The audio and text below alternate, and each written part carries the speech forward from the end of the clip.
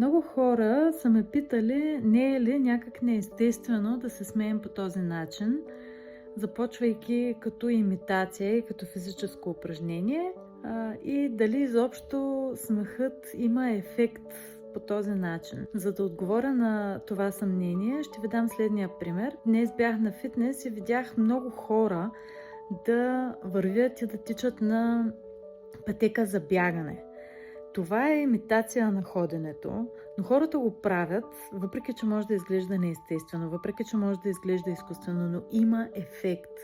И хората го правят заради ефекта, защото правейки го, те правят кардио, тялото им се стяга, горят калории и всички тези ползи, които получават, когато те тичат на тази пътека, въпреки че не тичат в парка. Същото е и с смеха. Когато правим смеха като упражнение, ние получаваме ползите от това нещо, независимо дали в момента супер много ни се смее. Даже когато не ни се смее, тогава най-много смеха ни помага, защото ни помага да си сменим състоянието.